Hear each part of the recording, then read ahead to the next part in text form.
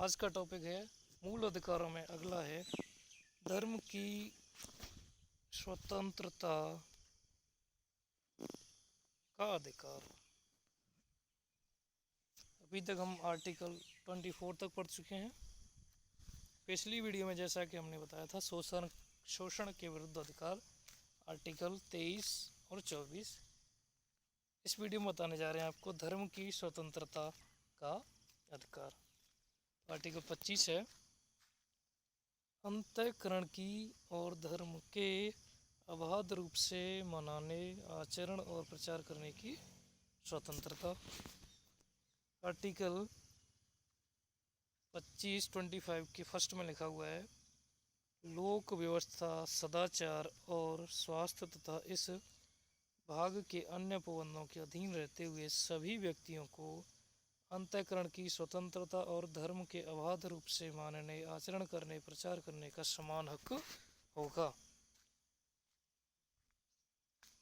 तो आपको धर्म की मानने की, आचरण करने की, प्रचार करने का सभी को समान हक होगा। 25 का दूसरा है इस अनुच्छेद की कोई बात किसी ऐसी विद्यमान विधि के प्रवर्तक पर प्रभाव नहीं डालेगी या राज्य को कोई ऐसी विधि बनाने से निवारित नहीं करेगी। इसके संदर्भ में किसी राज्य को कोई विधि बनाने का भी कोई अधिकार नहीं होगा, क्योंकि धर्म की स्वतंत्रता सभी को है। कोई भी धर्म को मान सकता है, उसका आचरण कर सकता है और उसका प्रचार कर सकता है। उस पर कोई भी धर्म जबरदस्ती से थोपा नहीं जाएगा।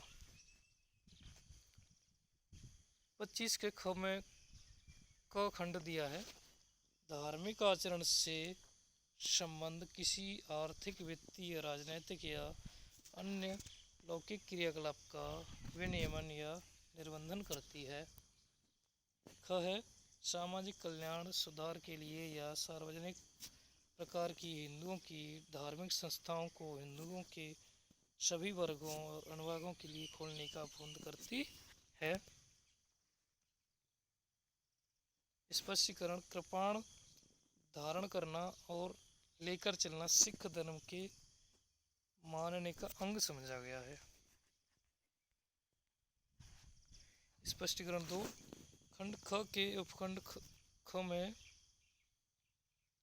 खंड 2 के उपखंड ख में हिंदुओं के प्रति निर्देश का यह अर्थ लगाया जाएगा कि उसके अंतर्गत सिख, जैन, बौद्ध धर्म के मानने वाले व्यक्तियों के प्रति निर्देश है और हिंदुओं की धार्मिक संस्थाओं के प्रति निर्देश का अर्थ तदनुसार लगाया जाएगा।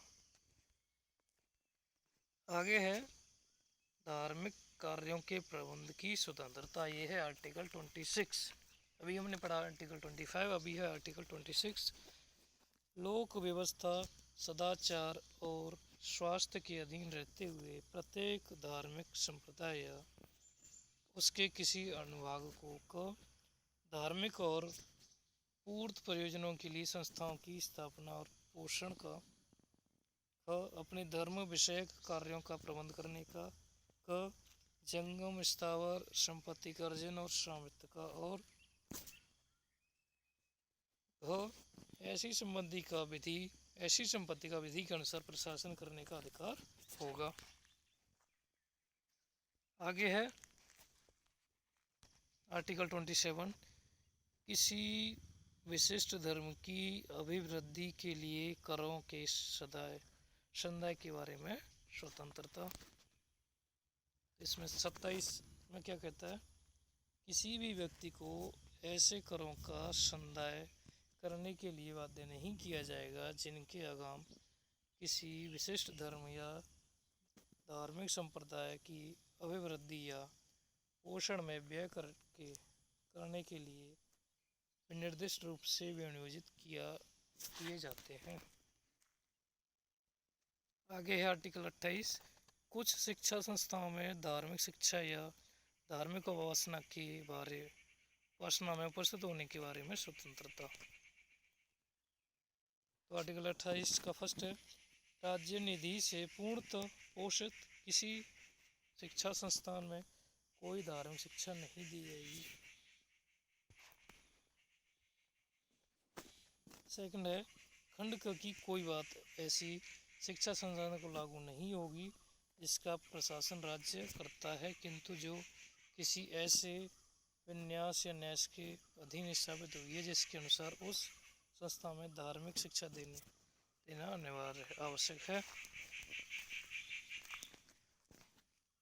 आगे थर्ड, राज्य से मान्यता प्राप्त या राज्य निधि से सहायता पाने वाली शिक्षा संस्था में उपस्थित होने वाले किसी व्यक्ति को ऐसी संस्था में दी जाने वाली धार्मिक शिक्षा में भाग लेने के लिए या ऐसी संस्था में या उससे संलग्न स्थान में की जाने वाली धार्मिक उपासना में उपस्थित होने के लिए तब तक बाध्य नहीं किया जाएगा जब तक कि उस व्यक्ति ने या यदि वह अव्यक्त है तो उसके संरक्षण ने इसके लिए अपनी सहमति नहीं दे दी है।